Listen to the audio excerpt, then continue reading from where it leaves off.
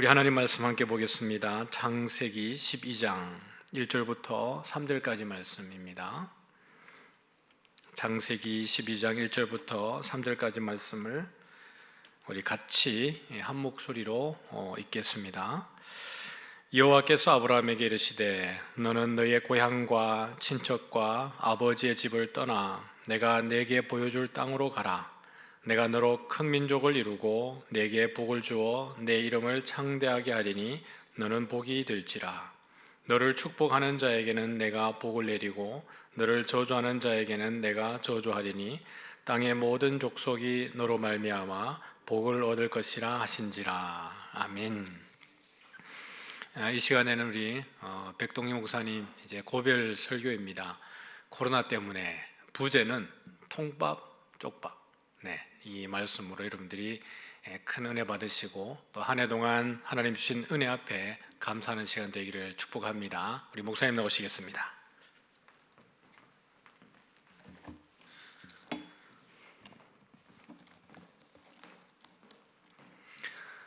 어, 2020년의 마지막 주일 예배를 이렇게 고별 설교로 열어주신 우리 담임 목사님과 또 우리 장로님들과 우리 성도님들께 진심으로 감사드립니다.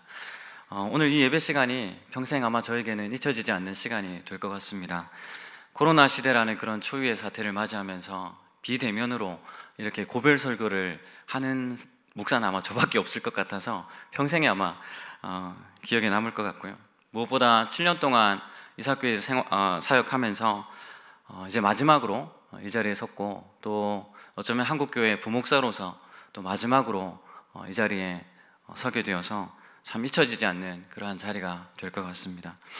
처음 제가 이사교회에 왔을 때 지금의 원로 목사님께 드렸던 말씀이 설교할 때마다 정말 너무 떨린다라는 말씀이었습니다. 왜냐하면 그동안 저는 작은 교회에서 사역을 많이 해왔고 이렇게 큰 예배당에서 설교하는 것이 사실 익숙치가 않았습니다. 그리고 설교할 때마다 많은 성도들이 저를 주목하여 보는 것이 굉장히 많이 떨렸었더랬습니다.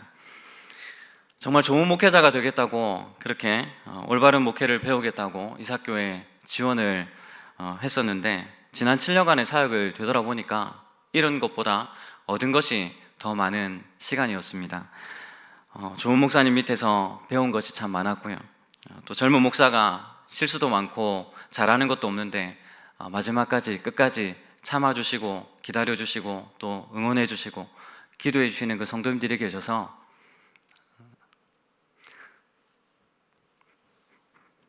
좋은 목사가 되겠다고 그렇게 다시 한번 결단하게 되는 것 같습니다. 요즘은 코로나 때문에라는 말이 들어가지 않으면 대화가 잘 안 되는 것 같습니다. 코로나 때문에 만나기 어렵고 코로나 때문에 식사하기 어렵고 코로나 때문에 신앙생활이 어렵고 또 코로나 때문에 결혼도 쉽지 않고 예배드리기도 쉽지 않은 그런 때인 것 같습니다. 코로나 시대에 개척을 하면 피가 코로 나온다는 이야기를 누군가 하더라고요. 시기가 참 어렵지만 다행히 제 코에서 피가 나오지는 않고 있습니다. 아마 이런 시기에 교회가 아니라 피자집을 차린다고 했다면 결코 하지 않았을 것입니다. 피자집이나 장사를 위한 어떤 상가가 아니라 교회를 세우는 거룩한 그 사역이기에 기쁜 마음으로 이 길을 걸어가고 있습니다. 물론 그렇다고 마냥 기쁜 일, 즐거운 일만은 아니라는 사실을 너무 피부로 느끼고 있습니다. 지금 제가 이렇게 웃으면서 그렇게 서 있지만 막상 불어오는 그 맞바람을 맞고 있자니 여기가 광야구나 하는 생각이 듭니다.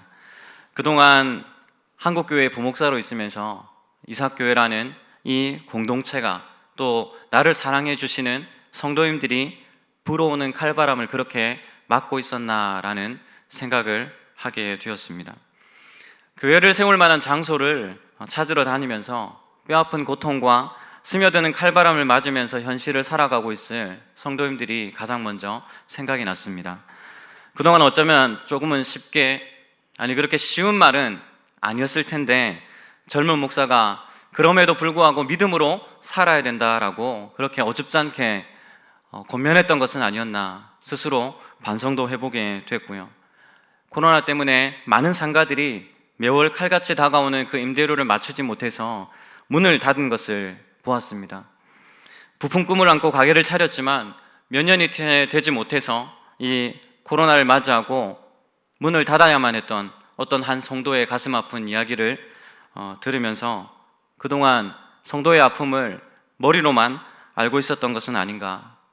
너는 그렇게 아픔에 무뎌져서 누군가의 아픔을 안다고 그렇게 스스로 자부하면서 살았던 것은 아닌가 하는 생각을 하게 되었습니다. 어떤 성도는 누군가에게 말도 못하고 뼈아픈 고통과 눈물을 삼키면서 이 현실을 살아내고 있을 텐데 그런 생각들을 하게 되었습니다. 이런 식의 개척을 하게 되어서 더 많은 눈물과 또 그 아픔을 뼈로 새기고 있는 것 같아서 한편 기쁜 마음이고 또 한편으로는 아픈, 가슴 아픈 그런 뭔가 말로 표현할 수 없는 감정들을 느끼고 있습니다. 하나님의 말씀인 이 성경이 허투루 다가오지 않고 뼈로 새겨지는 것 같아서 히브리서 기자가 말씀했던 것처럼 하나님의 말씀은 살았고 활력이 있어 혼과 영과 및 관절과 골수를 찔러 쪼갠다는 그 말씀을 실감하고 있는 요즘입니다. 아브라함이 하란을 떠날 때 나이가 75세였다 그랬습니다. 75세라는 이 나이가 오늘과 그런 같은 개념은 아니라 할지라도 75년 동안을 살아왔고 또 75년 동안 함께 이루어 놓았던 그 정착지를 떠난다는 것은 결코 쉽지 않은 결정이었음을 우리는 잘 알고 있습니다. 12장 1절을 다시 한번 읽어보도록 하겠습니다. 12장 1절입니다. 여호와께서 아브라함에게 이르시되 너는 너의 고향과 친척과 아버지의 집을 떠나 내가 내게 보여줄 땅으로 가라.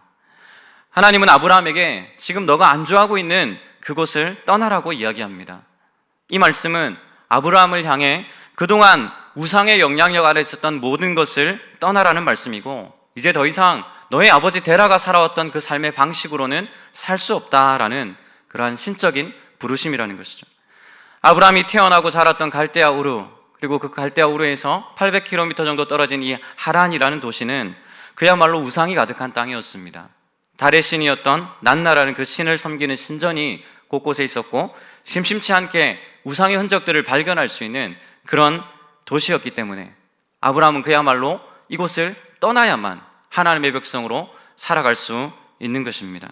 여기에 떠나라는 단어를 칼빈이는 두 가지 의미로 해석을 했습니다. 첫 번째는 나는 너에게 눈을 감고 떠나라고 명령한다 라는 것이고, 두 번째는 너는 자신의 전부를 나에게 주어야 한다라는 의미를 담고 있다라고 칼빈은 해석하고 있습니다. 저는 이 본문의 의미를 잘 담아서 해석했다고 생각합니다. 눈을 감는다는 것은 떠날 때에는 미련을 두지 말라는 것이고 보지 말아야 할 것에 시선을 빼앗기지 말라는 것이죠. 그래야 떠날 수 있으니까요. 미련을 두고 보지 말아야 할 것들에 시선을 빼앗기면 떠날 수 없으니까요. 그리고 하나님께서 부르셨다면 이제 너의 삶의 그 소유가 누구에게 있다라고 이야기하는 것이냐면 바로 너 자신에게 있는 것이 아니라 나에게 있다. 하나님께 있다라는 것을 의미하고 있습니다. 다시 말하면 하나님께서 책임져 주시는 인생이라고 이야기하는 것이죠. 아브라함이 이 떠나라는 명령 앞에 지금의 삶에 미련을 두고 또 눈앞에 보이는 삶의 시선을 빼앗긴다면 결코 순종할 수 없었을 것입니다. 그뿐만 아니라 삶의 터전을 버리고 떠나야 하는 이 아브라함에게 앞으로의 삶에 대한 두려움이 가득할 수밖에 없었던 것이죠. 가족들을 건사해야 하는 그러한 가장의 마음, 그 마음을 잘 안다면 아브라함의 이 결정이 얼마나 쉽지 않은 결정이었을지 우리는 충분히 짐작해 볼 수 있습니다. 개척을 준비하는 저에게 이 아브라함을 향한 하나님의 부르심 앞에 아브라함이 어떤 마음이었을지 참 공감이 많이 되었습니다. 하나님이 이곳을 떠나라고 말씀하시는데 저는 어디로 가야 되는지 모르겠고 앞으로 어떻게 살아야 될지 잘 모르겠습니다. 이것이 바로 아브라함의 마음 아니었겠습니까? 저 또한 마찬가지로 갈 바를 알지 못하고 가야 했고 새로운 삶의 터전으로 불투명한 미래를 향해서 이 가족들을 데리고 떠나야 하는 그런 상황에 놓였다 보니까 참 막막한 것이 사실이었습니다. 눈을 감고 떠나야 하는데 눈은 감아지질 않고 또 내 삶의 모든 것을 하나님께 맡겨야 되는데 하나님의 뜻이 어디 있는지 도통 모르겠는데 그냥 떠나라고 하시니까 두려울 수밖에 없는 것이죠. 오늘 설교 제목처럼 아무리 통밥을 굴려봐도 답이 없는 그런 삶인 것 같은 거예요. 코로나 시대에 개척을 한다고 하니까 지금 80이 넘으신 제 모 교회 원로 목사님께서 전화가 오셨습니다. 그 전화 오셔서 당장에 개척하지 마라! 이 말씀부터 하시는 거예요. 그래서 제가 목사님도 개척하셨잖아요. 30년 전에 목사님도 개척을 하셨다고 그렇게 말씀을 드렸습니다. 그랬더니 야, 그때는 북만 쳐도 아이들이 몰려왔고 껌 하나만 나누어 줘도 그렇게 몰려왔던 시대였다. 지금은 시대가 다른 시대다. 개척하지 마라. 그렇게 이야기를 하시는 거예요. 또 존경하는 목사님 한 분께서 이렇게 말씀하셨습니다. 제가 개척을 한다고 말씀드리니까 사람 있나? 아니요. 돈 있나? 아니요. 미쳤네. 이렇게 이야기하시더라고요. 맞습니다. 이런 시대에 개척을 한다고 하니까 돈 없고 사람 없는 어쩌면 젊은 목사가 객기불이나 보다 그렇게 생각할 수 있을지 모르겠습니다. 모두가 말리는 그 길을 제가 가는 거라면 그건 정말 나쁜 말로 객기일 수도 있고 무모한 그러한 일일 수도 있습니다. 그렇지만 모두가 말리는 그 길을 제가 걸어오지 않았다면 지금의 저는 여기에 없었을 것입니다. 신학을 하기로 결단했던 23년 전 오늘, 저는 저를 말렸던 많은 분들의 이야기대로 그때 그만뒀더라면 지금의 저는 없었을 것입니다. 그러나 저는 단 한 번도 이 길로 들어선 것을 후회한 적이 없었습니다. 하나님께서 가장 적절한 방법으로 가장 적절하게 지금까지 저를 이끌어 오셨다는 확신이 있기 때문입니다. 그럼에도 불구하고 저도 사실 많은 분들이 조언해 주시는 대로 교회를 세우는 일도 경제적인 원리를 무시할 수 없다는 생각을 했습니다. 그래서 상가 건물을 알아보러 다닐 때에도 여기는 과연 유동인구가 얼마나 될까? 여기는 아파트가 얼마나 있고 교통은 또 얼마나 편리할까? 이런 것들을 중심으로 찾아보게 되었습니다. 그런데 한참을 그렇게 여기저기 상가들을 알아보고 있는데 어느 순간 저에게 스스로 묻게 되었습니다. 지금 너가 하려는 것이 뭐냐? 너 뭐 하려고 지금 이렇게 상가를 알아보고 있냐?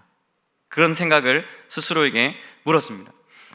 상가의 환경에 맞추다 보니까 대학교 앞에 있는 그러한 상가를 보게 되면 청년들 대상으로 사역을 해야겠다. 그렇게 결심했다가 또 젊은 부부가 많은 아파트나 또 초등학교가 많은 그런 곳의 상가를 보게 되면 다음 세대 아이들을 위해서 내가 사역을 이렇게 해야 되겠다라고 결심하고 있는 것이죠.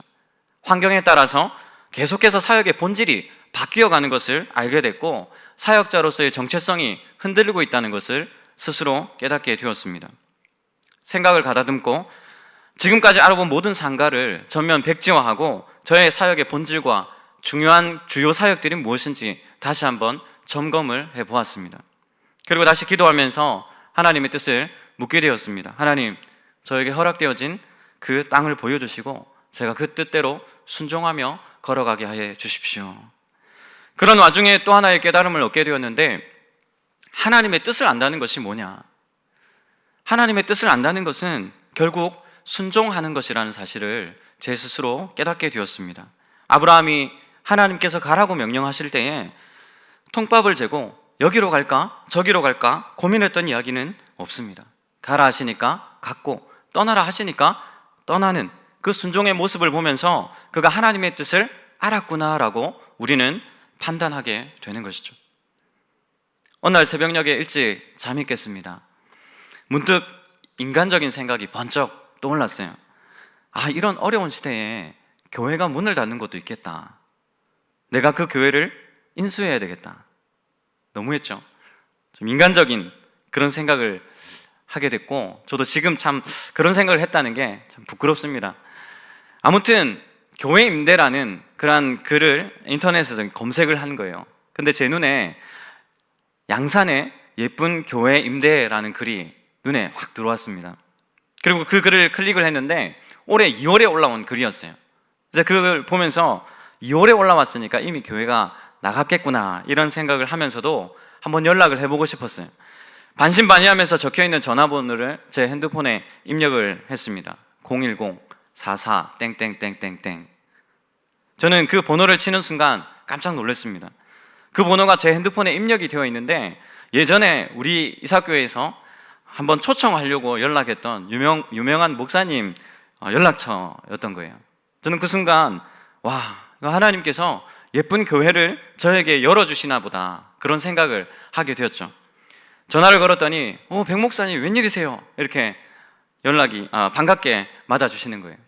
그 반가운 목사님의 음성을 뒤로 하고 저는 여차저차 이렇게 해서 개척교회를 하려고 한다고 하니까 그 글이 아직도 올라와 있었어요. 그렇게 말씀하시면서 한번 교회로 찾아와 보라고 이야기하시는 거예요. 교회를 갔습니다. 제 눈에 보기에는 너무 좋은 곳이었습니다. 말 그대로 인테리어도 다 되어 있고 그냥 들어가기만 하면 더 이상 손댈 곳 없는 그런 곳이었습니다. 그렇게 하고는 양산 지역에 부동산을 하고 있는 한 청년에게 지금도 저를 돕고 있는 이 청년인데요. 제가 그 청년에게 이 교회 물건에 대해서 이제 물었어요. 그랬더니 그 상가를 소유하고 있는 그 건물주가 자기가 잘 알고 있는 지인의 아버지라는 거예요. 그래서 전월세, 보증금과 월세를 좀 한번 이렇게 조율해 볼 수 있겠다 이렇게 이야기를 하는 겁니다. 그렇게 되니까 그때까지만 해도 어떤 마음이 드냐면 저는 이것이 하나님의 뜻이라는 생각이 드는 거예요. 이렇게 순적하게 하나하나 해결이 되어가는 것을 보면서 하나님께서 나에게 이렇게 길을 열어주시는구나, 이게 하나님의 뜻이구나 라는 생각을 하게 됐죠. 그러나 결과적으로 그 교회는 저에게 허락된 곳이 아니었습니다. 시세보다 너무 터무니없는 보증금과 월세를 요구했는데 제가 할 수 있는 금액도 아니었을 뿐더러 또 그런 금액을 주고 할 만큼 거기가 그렇게 좋은 장소가 아니라는 이 청년의 이야기를, 그 조언을 저는 받아들였습니다. 저는 계속해서 그 교회에 눈과 마음이 갔지만 포기할 수밖에 없었습니다. 그러면서 저는 나의 눈이 결코 정확하지 않다는 것과 하나님의 뜻이라고 생각했던 저의 착각은 그저 제 눈에 보기 좋은 것을 선택하면서 하나님의 뜻이라고 우겨댔던 것뿐이라는 사실을 깨닫게 되었습니다. 우리의 눈은 하나님의 뜻을 분별하기에는 화려한 것에 너무 현혹되기 쉽고 한번 현혹되어 버린 그 눈은 되돌리기가 어렵다는 것입니다. 오히려 저는 그게 하나님의 뜻이 아니었습니까? 라고 하나님을 원망하게 되더라고요. 다 되었다 생각했는데 모든 것이 다 0으로 돌아가니까 그 마음이 참 허탈해졌습니다. 그러면서 참 지금까지 청년들에게 하나님의 뜻을 분별해야 된다라고 그렇게 쉽게 던졌던 말들이 생각이 났고, 또 한 번 저 스스로 반성하게 되었습니다. 목사님, 너도 그렇게 분별이 어려운 그 일을 너 그렇게 쉽게 얘기했었냐? 그러면서 하나님의 뜻을 미리 알고 우리가 선택할 수 있다면 그게 제일 좋죠. 그렇지만 저는 하나님의 뜻을 안다는 것은 결국 하나님께서 막으실 때 순종함으로 되돌아서는 것이라는 것을 깨닫게 되었습니다. 그렇게 되돌아서서 기다리고 또 기다리는 것이죠. 오늘 본문 2절을 같이 한번 읽어보겠습니다. 오늘 본문 2절입니다. 같이 읽겠습니다. 시작. 내가 너로 큰 민족을 이루고 내게 복을 주어 내 이름을 창대하게 하리니 너는 복이 될지라. 아멘. 여기 이 말씀을 보면 결국 아브라함으로 하여금 큰 민족을 이루고 복을 주시고 이름을 창대케 하시는 분은 하나님이라는 사실을 우리는 분명히 알 수 있습니다. 다시 말하면 아브라함아, 너가 할 수 있는 일이 아니다. 너가 할 수 있는 일이 아니라 내가 하는 일이다 라고 말씀하고 계시는 것입니다. 불확실한 미래에 대한 결정권자는 바로 하나님이라는 사실을 분명히 해야 된다는 것이죠. 미래는 불확실하지만 분명한 것 단 한 가지가 있다면 그것은 하나님께서 우리와 함께하고 계시다는 사실임을 우리는 믿어야 할 것입니다. 제가 보고 선택하고 바라보았던 그 땅은 그저 인간적인 생각이었고 육신의 눈으로 그렇게 보았던 땅이었습니다.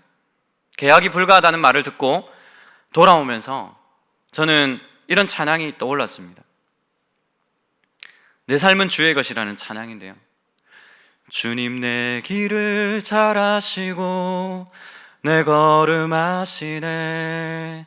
어둠에서 빛을 내시는 그분을 믿네. 무엇으로 주를 섬길지 어디로 가야 할지 헤매이는 나를 아시고 길을 여시네. 내 삶은 주의 것, 내 삶은 주의 것.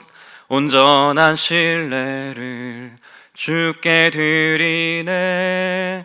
보이지 않아도 믿음으로 걷네. 주 영광 바라보며 주만 따르네. 내가 내 길을 가는 것이 아니라 하나님께서 내 길을 잘 아시고 내 걸음을 아시는 것이죠. 보이지 않지만 믿음으로 가는 그 길이 바로 이 길이고, 결국 우리 길을 열어가시는 분이 하나님이시라는 것을 믿는 것이죠. 저를 보시는 분들마다 제일 먼저 물어보시는 게 있습니다. 여러분, 저를 보시면 제일 묻고 싶은 질문이 하나 있으시죠? 장소는 구해졌어요. 저를 보시는 분들마다 제일 먼저 1번 질문입니다. 장소는 구해졌어요. 근데 제가 만날 때마다 아니요, 아직 1도 안 됐어요, 이렇게 이야기를 하니까 나중에 이제 물어보시는 분도 민망해서 요즘 바쁘시죠? 이렇게 질문이 바뀌시더라고요. 그렇게 자꾸 물어들 보시니까 이제 제가 마음이 조급해지는 거예요. 빨리 해야 되는데, 빨리 정해야 되는데, 조급한 마음이 생겼습니다. 근데 아까 말씀드렸던 그 부동산 하는 청년이 지금 몇 달째 양산에 거의 살듯이 계속 교회를 세우기에 적당한 장소를 알아봐 주고 있습니다. 정말 고마운 일이죠. 근데 제 마음에 이런 생각이 또 들기 시작했어요. 지나온 제 삶을 돌아보니까 하나님께서 사람을 의지할 때 절대 길을 안 열어주시더라고요. 제가 신학교를 처음 들어갔을 때 등록금 문제가 그랬거든요. 제 힘으로 아무리 등록금을 구하려고 해도 하나님께서 그 길을 안 열어주시더라고요. 그래서 제가 통밥을 굴리기 시작했습니다. 하나님은 내가 사람을 의지할 때 길을 안 열어주시더라. 내가 지금 이 청년을 너무 의지하고 있는 거 아닌가. 그래서 이제 내가 직접 발로 뛰어보면서 하나님이 보여주시는 땅을 한번 밟아보자, 이런 이제 결단을 하게 된 거예요. 그래서 제가 네이버 부동산이라는 인터넷 사이트가 있습니다. 그 사이트를 한번 수천 번 제가 열어봤거든요. 양산 지리를 아마 제가 거의 다 외운 것 같아요. 그래서 차를 가지고 직접 양산에 들어갔는데 이미 여러 번 와본 것처럼 지리가 눈에 훤하더라고요. 그래서 이제 이리저리 다니면서 건물을 알아보는데 부동산 소장님 한 분이 떠올랐습니다. 개척을 알아보던 초기에 양산 지역을 이렇게 상가를 알아보러 다니면서 인상 깊게 남은 그 소장님 한 분이 계셨거든요. 근데 이분이 말을 어찌나 잘하는지 좀 죄송한 표현이지만 저는 좀 사기꾼 같았어요. 근데 제가 제시한 조건이 3가지가 있었거든요. 그 첫 번째는 임대료는 얼마, 그리고 평수는 얼마, 그리고 교회는 주변에 없어야 된다.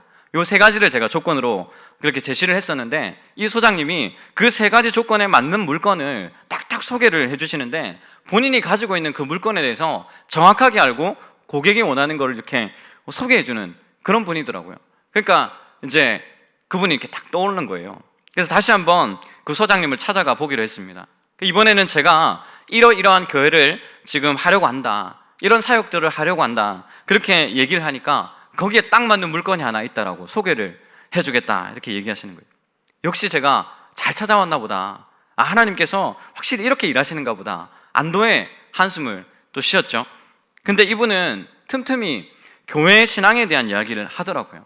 그리고 장로교 목사나 교인들에 대해서, 그 장로교 교인들에 대해서 굉장한 불신감을 갖고 계신 분이었습니다. 그래서 저는 이야기를 들어보니까 이분이 젊은 시절에, 청년 시절에 교회를 나가셨다가 목회자에게 상처를 받았거나 하여튼 상처를 받아서 교회를 지금은 안 나오고 계신가 보다, 이렇게 이제 생각을 했죠.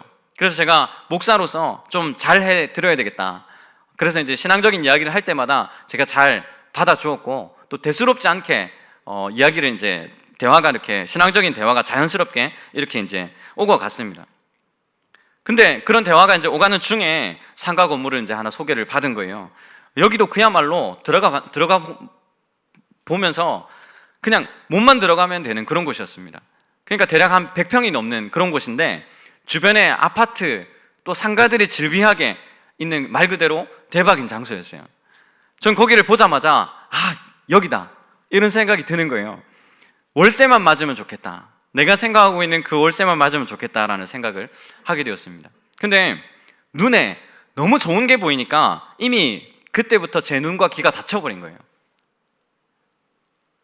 눈에 너무 좋은 게 보이면 안 보이기 시작하고 들리지도 않는 거예요. 이 소장님이 마침 제가 생각했던 그 임대료를 딱 얘기를 하시는 거예요. 그만한 임대료로 할 수 있는 그런 평수가 절대 아니었거든요. 근데 그 임대료를 얘기하시는 거예요.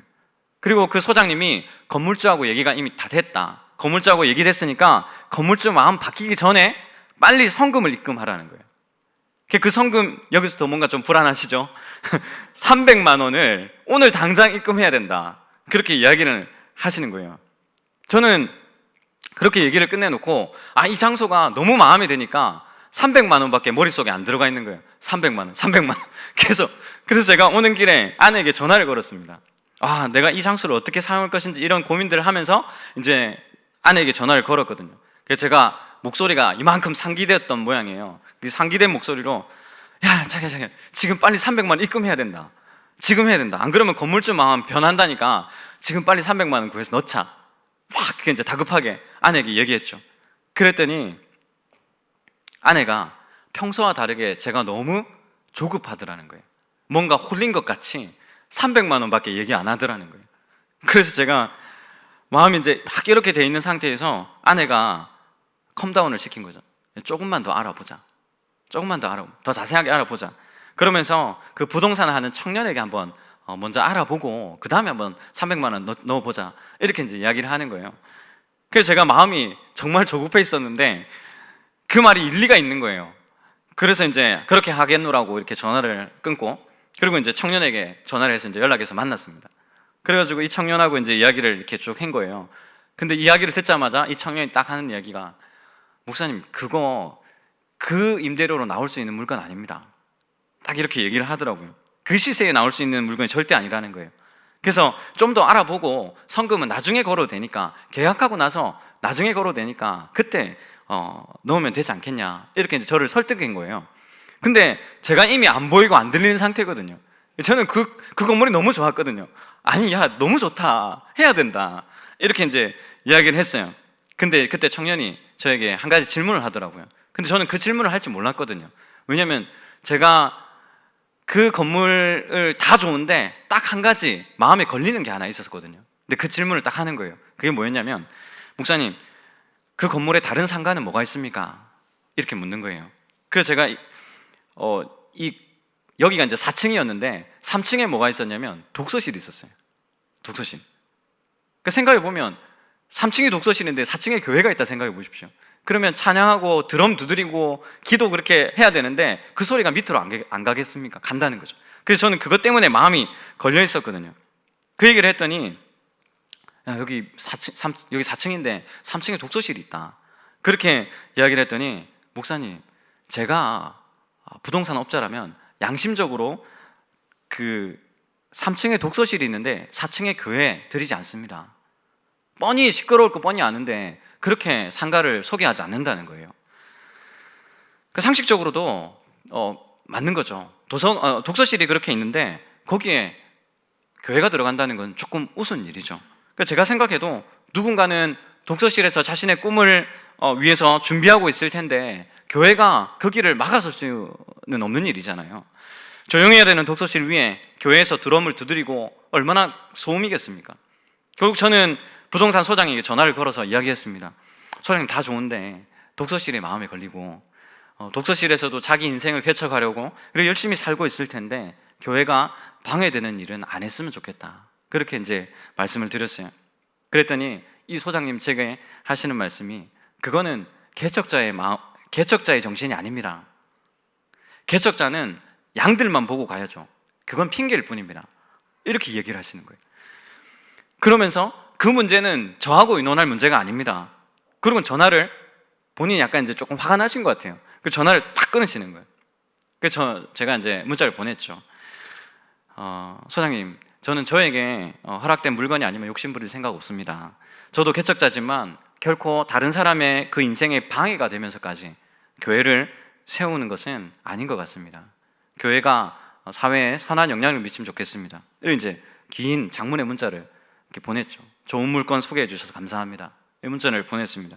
근데 이제 그때부터 태도가 바뀌어서 이 수십 통의 문자를, 전화도 한 열 몇 통이 온 거예요. 그리고 문자가 문자로도 한 수십 통의 문자가 막 오기 시작한 거예요. 그래서 저는 확인을 안 했는데 나중에 이제 확인을 했죠. 그랬더니 거기에는 뭐 이러이러한 뭐 욕들이, 수위 높은 욕들이 있었습니다. 개신교 목사들 때문에 이 나라가 이 모양이다, 이런 말부터 시작해서 너는 예수님의 제자가 아니다, 이런 수위 높은 그러한 문자들을 이제 제가 받았습니다. 그 와중에 제가 이제 걱정이 된 청년이 그 저녁에 바로 이제 양산으로 넘어가가지고 양산에 있는 자기 이제 부동산 그 네트워크로 이 소장이 어떤 사람인지를 이제 알아본 거예요. 알아봐 준 거예요. 아니나 다를까 이분은 그 업계에서 유명할 정도로 고객과 지저분한 관계를 맺고 또 소송도 여러 가지 걸려있을 뿐 아니라 없는 물건도 만들어서 장사하는 그런 사람이라고 이미 소문이 파다한 그러한 소장이었습니다. 그런 이야기를 들었죠. 그렇게 생각하니까 한편 화가 많이 났었습니다. 근데 화가 많이 났지만 돈에 매여서 돈에 노예된 사람이, 그런 사람의 삶이 이럴 수 있겠다, 오히려 불쌍하다는 생각이 들었고 이제 저 스스로도 이제 컴다운 하게 됐고요. 그래서 이제 그렇게 잠이 들었는데 다음날 새벽에 잠이 또 깼어요. 그래서 이제 페이스북을 이렇게 막 보는데 페이스북 제 그 친구로 맺어진 분 중에 누가 있냐면 이단 전문 사역자이시는 그 탁지환 소장님이라고 있습니다. 근데 그 탁지환 소장님의 글을 보고 제가 깜짝 놀랐습니다. 그 글에 뭐가 있었냐면 성경은 역사다라는 성경 도표가 하나 올라와 있었어요. 성경은 역사다라고 그려진 도표였습니다. 근데 이 도표가 그 부동산 소장님하고 신앙 상담할 때 그 소장님이 저한테 보낸 성경 도표였거든요. 제가 이런 공부를 하고 있다 이렇게 하면서 그 성경 도표를 딱 저에게 보내줬어요. 그래서 제가 그걸 보면서 개신교 입장에서 봤을 때 그렇게 크게 문제될 만한 그러한 도표는 아니었습니다. 약간 의심은 했지만 그런 도표는 아니었어요. 근데 그 탁지환 소장님의 글에는 구원파 이단이 이 성경 도표를 인용해서 개신교와 크게 다르지 않다는 것을 홍보하기 위해서 신문 광고용으로 쓴다는 거예요. 이 도표를 사용하고 있다고 그렇게 이제 글을 쭉 적어 놓는 거예요. 제가 그 글을 보는 순간 소름이 돋았습니다. 그가 이단이었다는 사실을 알게 되면서 그동안 오고 갔던 대화들이 떠올랐어요. 목사님 개척을 하면 내가 그 교회 한번 가보겠다, 이런 말들. 그리고 이단보다 장로교 목사들이 제일 나쁘다, 이런 말들. 그런 말들이 생각이 이제 났어요. 그동안 화려함에 현혹되어서 제 눈과 귀가 가리워져서 분별력이 흐려졌다는 생각을 하게 됐고 제 자신이 너무 원망스러웠습니다. 그보다 더 정신이 번쩍 들었던 것은 교회 하나가 세워지는 이 일에 엄청난 영적 전쟁이 있겠구나 하는 생각을 하게 되었던 것이죠. 제 스스로 정신을 똑바로 차리지 않으면 안 되겠다, 영적 분별력을 가지고 더 날카롭게 무장되어 있지 않으면 쉽게 무너지겠다라는 생각을 하게 되었습니다. 뒤에 알게 된 이야기지만 후일담입니다. 이제 이 이야기가 양산 지역에 있는 부동산에 소문이 났어요. 그래서 부동산 법인에서 그 소장 찾아가가지고 이렇게 지저분하게 일할 거면 양산 지역에서 나가라, 이렇게 이야기를 했다 하더라고요. 제가 이 일을 겪으면서 저는 곧바로 아브라함과 함께 가나안을 향해 떠나갔던 아브라함의 조카 롯이 떠올랐습니다. 여러분 4절을 같이 한번 읽어볼까요? 오늘 본문 아니지만 12장 4절 말씀 같이 한번 읽어보겠습니다. 시작. 이에 아브라함이 여호와의 말씀을 따라갔고 롯도 그와 함께 갔으며 아브라함이 하란을 떠날 때에 75세였더라. 함께 이 길을 떠난 롯이 훗날에 서로의 재산이 많고 함께 거할 수 없어서 아브라함이 이렇게 제안합니다. 각자 서로 다른 길로 가자고 그렇게 제안하는 장면이 나오거든요. 그게 창세기 13장인데요 13장 8절과 9절을 먼저 이것도 같이 한번 읽어볼까요? 같이 읽겠습니다. 시작. 아브라함이 롯에게 이르되 우리는 한 친족이라 나나 너나 내 목자나 서로 다투게 하지 말자. 내 앞에 온 땅이 있지 아니하냐? 나를 떠나가라. 네가 좌하면 나는 우하고 내가 우하면 나는 좌하리라. 지난주일 담임 목사님께서 말씀하셨던 것처럼 아브라함이 이 롯에게 한 말, 내가 좌하면 나는 우하고 네가 우하면 나는 좌하리라, 이 말은 하나님이 주신 땅을 벗어나지 말라는 그런 의미였습니다. 그런데 롯이 보았던 땅은 어디였습니까? 10절을 읽어볼까요? 10절을 같이 한번 읽어보겠습니다. 같이 시작. 이에 롯이 눈을 들어 요단 지역을 바라본즉 소알까지 온 땅에 물이 넉넉하니 여호와께서 소돔과 고모라를 멸하시기 전이었으므로 여호와의 동산 같고 애굽 땅과 같았더라. 롯은 이 아브라함의 말을 듣고는 통밥을 재기 시작했습니다. 삼촌이 나에게 먼저 선택권을 줬으니까 유목 생활을 하는 사람에게 땅은 굉장히 중요하잖아요. 어디로 가야 할지 먼저 좋은 땅을 점유하는 것이 너무 중요하잖아요. 그러니까 삼촌이 나에게 먼저 선택권을 줬으니까 내가 비옥한 땅을 차지해야 되겠다. 어디로 가면 내가 더 풍족한 삶을 살 수 있을까? 그의 눈에는 하나님은 안중에 없고 앞으로의 삶에 대한 현실적인 것들만 보였던 것이죠. 롯이 보았던 땅은 하나님의 땅이 아니었습니다. 이것은 원문에서도 더 잘 드러나고 있는데, 아브라함이 이 9절 다시 한번 보여주시겠습니까? 아브라함이 9절에서 이야기한 땅, 내 앞에 온 땅이 있지 아니하냐 이렇게 이야기했을 때 이 온 땅, 원문에는 그 땅이라고 되어 있습니다. 정관사 그가 붙어 있는 거예요. 다시 말하면 하나님께서 허락하신 바로 그 땅을 의미하는 것이죠. 반면에 10절을 한번 보여주십시오. 10절에 보면 롯이 눈을 들어 요단 지역을 바라보았습니다. 그때 소알까지 온 땅에 물이 넉넉해 보였다라고 그렇게 이야기하잖아요. 근데 여기에 나온 이 온 땅에는 정관사 그가 붙어 있지 않습니다. 다시 말하면 하나님께서 허락하신 그 땅이 아니라 자기의 눈에 보기에 좋은 그런 땅을 의미하는 것이죠.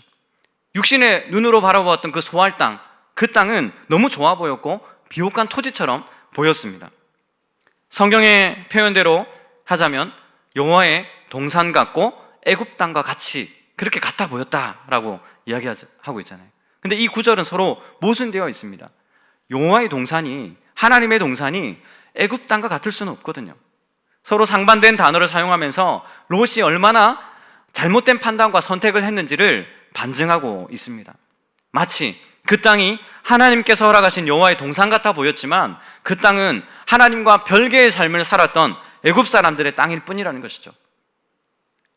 결과적으로 이 롯의 선택은 옳지 않았다는 것, 옳지 않은 선택이었다는 것을 우리는 너무 잘 알고 있습니다. 롯이 그 땅을 선택한 결과 15년 후에 어떤 일이 일어났습니까? 소돔과 고모라, 이 땅은 하나님의 심판을 면치 못하게 되었고 롯은 아내를 잃고 겨우 목숨만 부지해서 동굴에 머무는 그런 처지가 되어버린 것이죠. 롯이 통밥을 재고 요단 동쪽을 향해 갔지만 15년 후에 그의 인생은 그야말로 쪽박 인생이 되었습니다. 하나님의 길을 걸어가야 하는 사람이 통밥을 굴리면 쪽박을 차고 나오게 된다는 것을 롯의 삶을 통해서 우리는 잘 볼 수 있죠. 저의 모습을 보면서 제 모습이 딱 그랬습니다.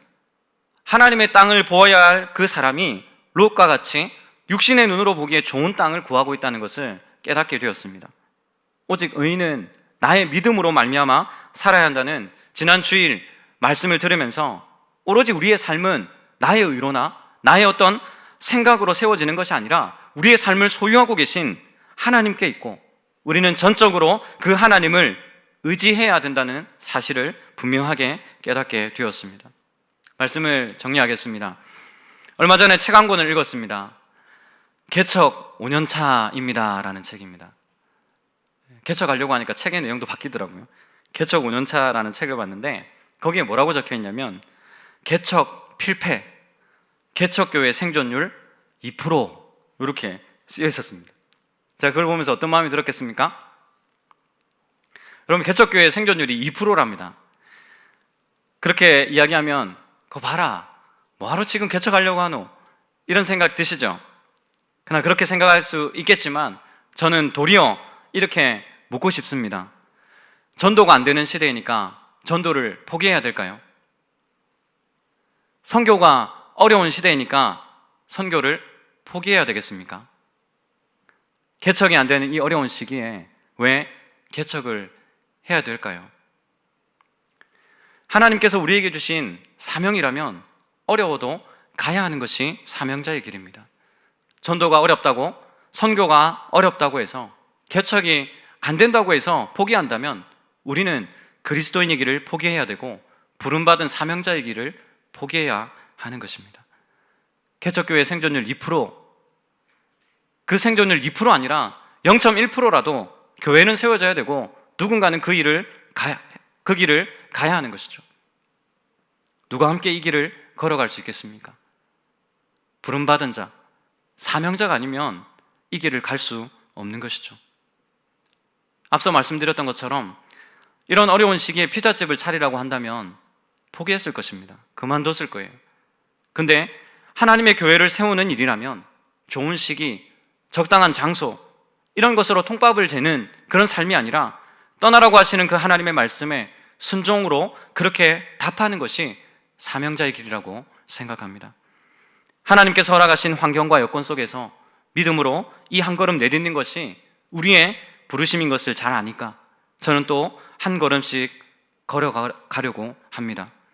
광야를 향해 가는 저의 길에 기도로 동역해 주신다면 저는 또 아브라함이 그랬던 것처럼 제가 밟는 그 모든 땅 한가운데에서 주님의 그 십자가의 복음, 그 복된 길을 증거하는 증인의 사명을 잘 감당할 수 있으리라 생각됩니다. 사랑하는 우리 이삭교회 성도 여러분, 마라나타, 주님 어서 오시옵소서라고 그렇게 찬양을 부르기에 부끄럽지 않은 그러한 저와 여러분이 될 수 있기를 주님의 이름으로 축복합니다.